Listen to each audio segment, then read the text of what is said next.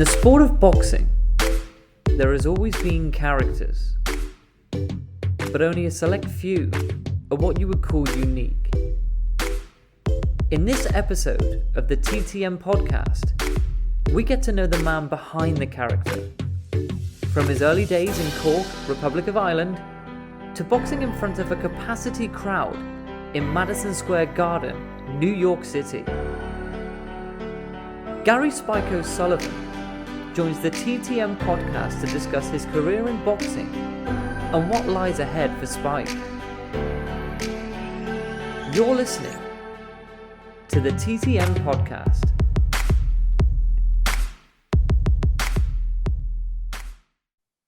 Hi, my name is Gary "Spike" O'Sullivan, and you're listening to the TTM Podcast.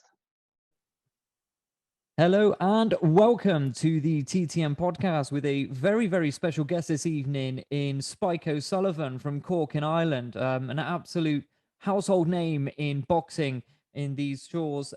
Gary, how are you doing? Fantastic, James. Yourself? I'm very, very well indeed, to be honest with you. More the better for having you on our podcast. I think it's a great day for our podcast as we continue to grow. What we're going to talk about tonight is, your career, your Mexican traits as a boxer, the mustache, and other things really, and about just you, because you as a character is an uplifting character and one that deserves to be heard more. So first of all, in terms of your boxing career, where did it all start? How did it happen for Spike O'Sullivan? Well, I've seen pictures at home in my mother's house with boxing gloves at probably the age of around 18 months, and I started to train with my father when I was 5 years of age, and he took me to the boxing club when I was 7, and I've been going to boxing gyms ever since. Almost 30 years going to boxing gyms now, so I'll be 37 next July, and that'll be a full 30 years of going to boxing gyms. So I've been boxing over 31 years now, I guess. Can you ever remember your first ever fight? I do, yeah. I fought in Wales, Swansea. I was actually 9 years old, so the club I was with, I used to spar with all the 11-year-olds, the national champions, 11-year-olds and that, and he just brought me to Wales and said I was 11, and so I got to fight in Wales. I fought an 11-year-old. I was actually 9 myself, but that was my first fight anyway. Did you beat him? I actually won the first rounds, yeah. Great. I actually remember his name as well. Isn't it? I remember I saw a quote that you put out once saying, usually boxers, you will have one that's got great power but no chin, or another boxer with a great chin but no power. But what Spike O'Sullivan seems to have is both. So that's a great trait to have, as obviously Mr. Fitzgerald found out. In terms of yourself, I mean, you've had a great career. You fought some household names around the world. A really good, strong career coming out of America as well, in Boston and places such as that. Just in terms of your future, really, in the sport of boxing, are you still linked up with Golden Boy? And is that world title shot still something high on your agenda? Yeah, this is kind of the main reason I continue to box. I'm still with Golden Boy Promotions. They've been very good to me, and I'm targeting Patrick Teixeira. I've actually never lost a fight in my career at a light middleweight, so I've only been beaten by 4 middleweights. They were all, they were significantly bigger than me, even though I managed to beat quite a few middleweights as well in my time. But realistically, they were all bigger men than me. But I think I belong at light middleweight, and it's where I want to try and get the world title. I think that's absolutely right for you to say that as well, to be fair. I think they have been bigger guys, yet you've got so close even at that higher weight level. So hopefully the power, do you still have the power down at middleweight? At light middleweight? I seem to. I had one fight there. I made light middleweight. I can't remember. It was before the Munguia fight. I fought a guy called Kyrie Gary, and I cut him up quite bad, and I hurt him a bit. Yeah, so I think I do, yeah. You've fought a lot of South Americans and Central Americans over in America. A couple of guys from Panama. Does your style suit fighting fighters from South America, Central America more than it would necessarily like fighting, for example, a British fighter? Maybe could do. I think though I decided to kind of fight any fighter really. I think Those guys, they all seem to be very hard punchers. Actually, I think I beat nearly all of them anyway. But they were very hard punchers. Those South Americans, you could really feel the power. Yeah. They punch very hard. So do you prefer to fight? Do you prefer fighting in America? I'm not too fussy where I fight. Like I Yeah. really enjoyed. I fought in Canada. It was really nice to fight there. I like to, go around and experience and see different parts of the world. And I've been fortunate enough to fight in many states in America, which has been really, really, really cool. And got to fight in the UK. I love fighting in the UK. The fans are great. They're they're very loud, and I like that. It's really, it's the stuff I watched on telly growing up, and Yeah. it's great. And obviously, fighting at home in Ireland has been fantastic as well. I've been fortunate enough to do that as well. So I kind of enjoy it all, really. Yeah, I mean, one thing I've noticed about your record is you have literally fought fighters from anywhere, a real mix of fighters from around the world, and also you have fought in a lot of places. There's a big saying in boxing: you haven't made it till you've made it in America. Well, I think probably almost half of your fights have been in America. Is that right? Yeah, in or thereabouts. Yeah, I think I've 34 fights. Maybe around 17 in America, in or there, around that anyway. Yeah, and I was lucky to fight in some really, really good venues like Madison Square Garden and in LA at the StubHub and Vegas and Boston, and it's been a good variety, a good mix up. I fought in a lovely place called New Hampshire one time. That was really nice there as well. Okay. So one good story that's come out in the past is the cabin in the woods. Can you enlighten our listeners to the quality story of the cabin in the woods? Yeah, actually, my mother and father founded a boxing club along with myself and my brothers. It was 18 years ago. So I was 18 at the time, and it's hard to get a premises, but we ended up getting it was an old shed in the woods. It belonged to the nuns, but it was a unique boxing club, and it was really, really cool. It had a tin shed, and the walls were made of old stone, and it was actually quite good for people who came there over the years. I remember Glenn McCrory, he really liked it when he came there. He was training Mike Perez at the time and a couple of other Cuban lads. They were based out of Cork, and it was a great gym. So we produced 13 amateur national champions from our neighbourhood from that gym. Very, very fond memories that I remember for the rest of my life. With, training with my parents, my brothers, and training all the lads in our community and girls. It was great, great spot, great memories. Spot on, absolutely brilliant. That is. I mean, I did also read as well that one of your dreams is to fight in Cork, is to maybe potentially have a world title fight in Cork, and then walk back home with the belt over your shoulder and a beer in the other hand. I did do a lot of research into this, and it's just that, out of respect for yourself, really, because we rate you extremely highly on this podcast. As far as we're concerned, we talked about some potential fights as well. Is there any fights that you'd like to revisit at all, Spike? My main focus is fighting winning the world title at light middleweight, primarily. Like for me, how all that dream manifested was, I actually, when my first professional fight I went to attend was when I was 11 years of age. I was just about to embark on my own amateur career as an 11-year-old, and officially, even though I'd fought, as I said previously, as a 9-year-old, whatever. But anyway, I went to see Steve Collins versus Chris Eubank Senior.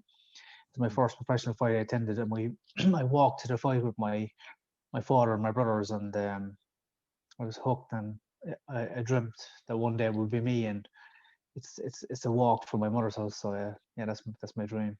And how did you hook up with, obviously, Pascal as well? How did that come about? He was training a guy from Cork, actually, out in America, a guy called Billy Walsh, and Pascal lived in Boston and with his brother Steve for years, and when they came back to Ireland with Billy Walsh to have a Cork fight, they were looking for kind of the best amateur in Cork at the time, and apparently they were pointed in my direction. They called me up about turning pro, and that's kind of how it happened anyway. Yeah, I mean, it's good. And something that doesn't really happen in boxing these days, especially, what I notice as well is if a fighter loses, they'll just be very quick to change trainers, or if something goes wrong, they'll be very quick to move. What you've done is you've actually stayed loyal with Pascal, and that's actually, I tip my hat to you, to be fair, because I mean, a fighter and trainer of that unbreakable bond, really. He knows you inside out. You're going to fall out. You're going to have good days, bad days. And I think that relationship is central and key to any potential world title shot. I think in terms of, I mean, looking back at the Chris Eubank Jr. fight, I remember that because it was on the Anthony Joshua and Dillian White card, I believe. And I always remember when Chris Eubank come up, of course, we're watching on TV, and you were stood in the ring and you were waiting for him to come on down. I remember that you were waiting for him, and in that third round on another night, that could have went another way because I think you hurt Yeah. him. I think you stiffened his legs for the first time in his career, and I think you hurt him. Yeah, I'd agree with that. But ultimately, he won the fight, and he was the better man in the night. And Very good luck much to him in his, good luck to him in his career. I wish him no ill. It's a fight at the end of the day. And he was quite nasty to me during the press conferences and all that. But I think he probably had a right to, because I antagonized him quite some bit prior to the fight to get the fight. So that's who it was. You've got But a knack, haven't you? You've got a knack for getting who you want. yeah, I know the one that got away was Anthony Agogo, and he's gone. yeah. I think that would have been spectacular. Even the promotion alone would have been worth the fee, I think. I think yeah, I went to see him in Birmingham. I think, if I remember correctly, he's fighting a guy, and I can't remember the guy's name, but he got stopped. I think his eye socket broken at the time, But I remember watching the fight, the first few rounds. And I just looked at Pascal, and it was my first time seeing Ogogo in the flesh, and I don't think he was really in my league, to be quite honest. And I seen a comment from recently there, I'm not sure, it was somewhere on Twitter. I think he was saying that he thought I was tailor made for him, that he would have beaten me, etc. Blah blah blah. But I think he's sorely mistaken there. Even though it's obviously never going to happen. Now he's out, he's retired, and he's injured, and he never will box again. But and it's probably pointless talking about it. But I think he wouldn't have stood much of a chance, to be quite honest. I think would have absolutely destroyed him. I agree. I think it's very Golden Boy, to be honest with you, and Richard Schaefer was pumping a lot of smoke up him, to be fair, and I think that's the truth. The reality is, I think you're right. I like the way you pursue your fights, because you usually get who you want, and let's hope that you can get that big one that you deserve. You got anything to ask me, Rob, before we move on to your segment? I was just going to say about Anthony Agogo, it's very easy for him to sit now and say how you would be tailor made for him. When he's never going to do anything about it. Do you know what he's doing now, Spike? No, I think he might be doing some sort of wrestling. He was always into wrestling and stuff, and I think he's probably a nice bloke. Most boxers are nice blokes, and I wish him all the very best. That's on the show, and I hope he goes on to make it maybe in acting, or maybe gets into wrestling and makes loads of money. I wish him all the best, but I think it is easy for him to say it now. But I really genuinely, I wouldn't lie, wouldn't bullshit about it, but I think he was shitting himself completely, and I think I would have absolutely just fucking ruined him. That's the truth. I think I would have fucking broke him up. But I agree. I will say, Billy Joe Saunders is a better boxer than me, and I'm sure 9 times out of 10 he beat me. I'm not a bullshitter about it. And Go was a different kettle of fish. He wouldn't have a hope. I think But anyway, Billy Joe. He's a class act. What he did to Lemieux in Canada was a bit like, whoa. I think you fought on the undercard that night, actually. Yeah, I did. Yeah. Yeah. I think the thing with the Lemieux fight anyway. I mean, better less said, to be honest with you. I think he just threw a shot, and that's boxing, and that's the way it goes. But I think with Billy Joe, I think he's an excellent boxer. He's part of obviously the Tyson Fury line of travelers that in the community that do really really well with their boxing. And I think he's a humble man as well. I mean, he humbled Chris Eubank Jr. I think that's a fight that a lot of boxing fans would like to probably see again at that, at the heavier weight. In terms of yourself, who are you after at the moment, Spike? Who are you after? Well, who I'm after is a guy, Patrick Teixeira. I don't think he's very well known, but he is the WBO light middleweight champion. He's also promoted by Golden Boy Promotions. Yeah, he's Brazilian. Yeah, and he's promoted by Golden Boy Promotions as well. So I think it's a very easy fight to make. I think Golden Boy want to make it too. I think it's a fight that can be made. Maybe I'll have to get a kind of a warm up fight at light middleweight and get back to the rankings. Maybe I'm not sure how it works, but I think this fight can definitely be made. Are you fight ready at the moment, Spike?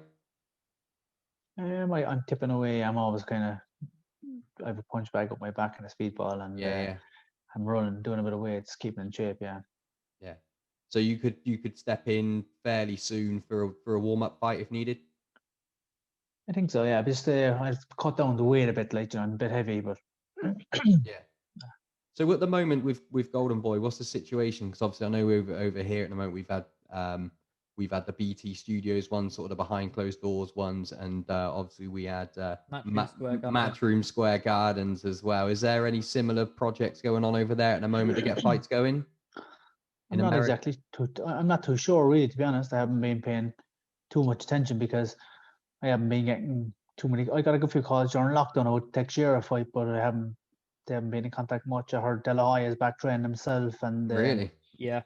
yeah, I seen the bookmakers. I was like the second favorite to get the fight with him. So, I'm just not too sure what's going on really. That'd be a nice fight as well. Oh Obviously, yeah. like, I mean, I he's, think that's winnable for you, Spike, if I'm Yeah, honest. absolutely. Absolutely. Yeah, absolutely. And yeah, I think at this stage I'd surely have a good chance. I mean, he's 47, I'm 36.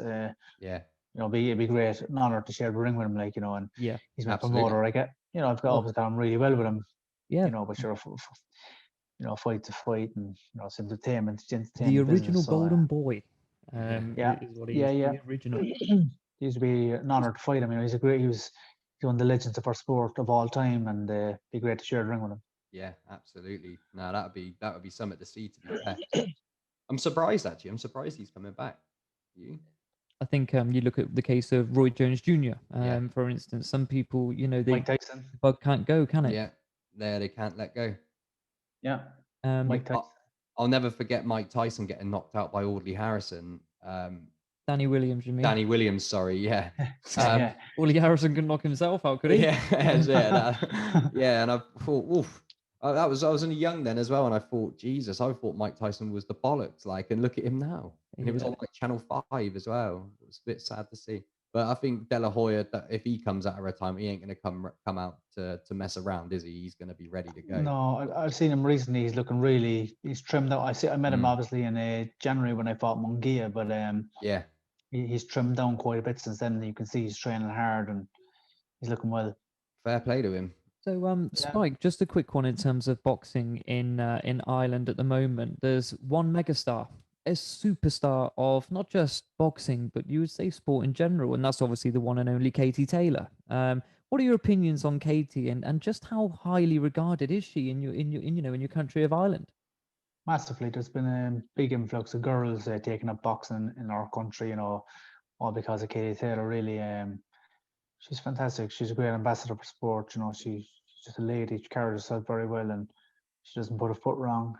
She's very dedicated. She's the perfect example, really. Of hard work and dedication and what you can achieve. I guess with the hard work, and there's not much you could they couldn't fault her really. She's brilliant. I think I'm not a promoter, probably never good enough to be one, but we'd all like to, in our minds, put on a card. Could you imagine Cork, Katie Taylor, Spike, packed out?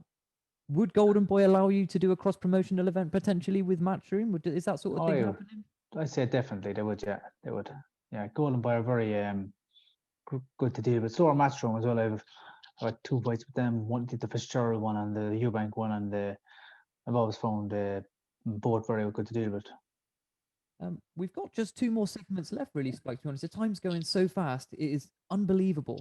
Of course, obviously, in the UK at the moment, and Ireland, boxing is booming. It is in a really good place. I mean, yeah, okay, you take COVID away. That's a frustration in general, like for everybody. I mean, myself working on the front line, my wife works on the front line. You've got to make sacrifices of families, look after the kids, and do all those day-to-day chores. But back to the boxing scene at the moment, we've got 2 heavyweights that obviously, clearly, you're aware of, which would be Anthony Joshua and Tyson Fury. Do you have a particular favorite out of those 2 boxers? And I know you're a middleweight, but surely, as you're a boxer as well, would you like to see any particular one win? I bet both of them that they're both really nice guys. They were very, very nice to talk to, and both of them a couple of times. But I think Tyson Fury is a superior boxer. He's a bit of a freak, really, and that his agility for the size of the man he is, and he's very, very strong. His performance against Wilder was frightening. He shocked me with Yeah. that. Scary, I've never seen him fight like that before. But he can revert to any style he likes. I think, in my opinion, against any heavyweight of all time, if they fought 10 times, he'd come out at least winning 6 fights to 4. I think Really? that's my opinion. I think because of his size, he's 6'9". His boxing IQ, he's a very intelligent fighter. His agility for his size, strength, yeah, he has it all. I think he has to be favoured against anyone of all time. I've said it many times. I just can't see Joshua knocking him out. Well, he obviously is a very powerful man. He Yeah. has a chance, but I think if they fought 10 times, as I say, Tyson Fury will win minimum 6 times. He has to be Yeah. the favourite for me. And Yeah. if you gave me a bag of money, you say, here's a big bag of money, you got to put it on one. And if your prediction is correct, you get the money back. I'm going to put the money on Fury. I think deep down, I don't think Joshua wants that fight. He says he wants that fight, and him personally, he may want that fight. But I don't think Eddie Hearn wants to put him in there with him just yet. I think he would rather keep it simmering as more of a pipe dream, because I think Fury said, I think there's a lot of pissing around with Wilder at the moment, isn't there? Yeah. He's basically said that he fight Joshua now. He's ready to fight him now. Fury just wants to fight. He's messing him, in my opinion. I think Fury knows he's the best, and he's confident that he can beat anybody. And but I think from Eddie's point of view, Anthony Joshua is so marketable, and he's just an absolute money machine. So Exactly. he's a good promoter. Like, Eddie Hearn's a good promoter. He's doing the right thing, I think. Yeah, absolutely. I mean, if you're a promoter, you're gonna look after your main man, of course. And I think if it was me, I'd be thinking, right, well, let's get Pulev, then let's see if we can get a couple of mandatories, keep that cash coming in, and then eventually go for the Fury fight. And you never know, with Anthony Joshua, he is an Olympic gold medalist, and I think if he does catch you where Wilder likes to come in with windmills, I think Anthony Joshua would potentially be a bit more methodical in his approach to finishing them. I think he learned his lesson against Ruiz, an underrated boxer. Again, very unlucky in his WBO bout with Joseph Parker in New Zealand. In just the last little bit for us as well, we've got a really good segment which we've built for you, which we think you would do quite well in, actually, with your charisma. Do you want to take it away for him, James? Yeah, so we've just got a list of names. We'll reel them off one each at a time. Initial thoughts and opinion on these people. So if you're ready, Spike, I'm going to kick off with, we touched on already, Eddie Hearn. I like him. I like Eddie. I like him a lot. Shrewd operator, great promoter, great charisma. I like him a lot. Very likable. The next one we got is Chris Eubank Sr. He was the man I watched growing up. The man that kind of got me into boxing most. I've got great time for him. Really fond of him. Yeah, he's eccentric, and comes out with mad things. But I do thumbs up. Swiftly on to Chris Eubank Jr. We had a personal grief, I suppose, probably caused by me primarily in the beginning to get the fight. But look, he's a bit arrogant, but he's a good fighter, and he's good. He trains hard. He's a hard worker. Yeah, I think coming through those gyms in America early on in his life, I think he's been thrown into some particular places and come out. But you are right, you did catch him in that third, and no one didn't notice it. I think everybody did see that, and I think it was a good fight. I love the promotion personally as a purist. I loved the promotion behind it, because I think that really, it gets you excited, to watch it. Yeah, you got to sell the fight. He's a tough guy, I suppose, would be what I would say about him. He's a tough man. Like, he didn't. He's like his dad. He's inherited his dad's genes. He's a tough guy. We've got Roy Keane. Roy Keane, legend. Not sure. I'm a Manchester United fan, and I grew up watching Roy Keane and Dennis Irwin, two Corkmen on the team, But Roy had to be my favourite, definitely. Do you ever feel a bit bitter about him walking out on the 2002 World Cup? No, I actually listened to something recently about that there, and his reasons, and I agree with him. Like, professionalism wasn't good enough. It was sad because he was the best player, but maybe the team came together and overperformed when he was gone Yeah. because he was the main man. But if they had performed at the level that they did with his help as well, who knows what they could have done. So we'll All never I'm know. saying is, if I'm Roy Keane, I ain't taking anything from Mick McCarthy because Yeah. what's he going to tell you? Yeah. Next one then, Spike. Anthony Fitzgerald. Anthony, yeah, we'd fierce grief. I think he overstepped the mark, on social media and that. But it backfired on him big time. He harassed me for 5 years and said I was afraid to fight him, which is not the truth. I'd never be afraid to fight anyone. That's one thing. Like, I'd never be afraid. But he's actually a good fighter himself. He went the distance with Hassan Adam and Andy Lee, and But I think Karma got him in our fight. Do you know what? It did. I think I watched that fight again, and you went in there. It's like no respect for his power. You could tell there's levels here, and you walked into that ring, and it was a case of, right, well, I'm Spike O'Sullivan, you're Anthony Fitzgerald, you're domestic, I'm world. Hands behind your back, intimidating him, scaring him. Before you actually landed the knockout punch, it was a wonderful left hook that really caught him. And from there, I just think he's out of his depth. Completely humbled by yourself. Great performance. I love that. Absolutely loved it. That's the one performance I see when I think of Spike O'Sullivan. I think that one right there. Loved it. Yeah, it was a good one for me anyway. Yeah, It's a good one. We've already spoke about Anthony Agogo, so we've got one more. The TTM Podcast. TTM Podcast. It's been a pleasure talking to the both of you, and it's a good job to put your names as James, because I'm used to remembering names, and taking punches for a living doesn't help that cause. No. So that was great. It was lovely speaking to you. Very nice, lads. Hello to all our fantastic TTM Podcast listeners. We have a real treat for you. Do you have trouble with your sleeping? Do you suffer with anxiety or depression? Do you still have those aching muscles that you keep talking about? Then we have the perfect product for you to try. Supreme CBD. It comes in many different forms.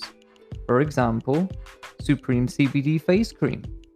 It uses organic, natural ingredients, leaving your face feeling smooth, and also without the use of synthetic compounds. For those aching muscles, there's Supreme CBD Muscle and Joint Rub, which penetrates deep into the skin and muscle joints, combining the therapeutic benefits of eucalyptus, rosemary, cinnamon bark, and black pepper in a wonderfully hydrating aloe gel. Also, there's more available. We have all of the oils, vapes, and even gummy bears, which are vegan. Now for the best part. Head over to Supreme CBD UK today and enter our unique discount code TTM30, and you will get 30% off of everything on the website. That code again, TTM30. It really doesn't get any better. Head over to supremecbd.uk.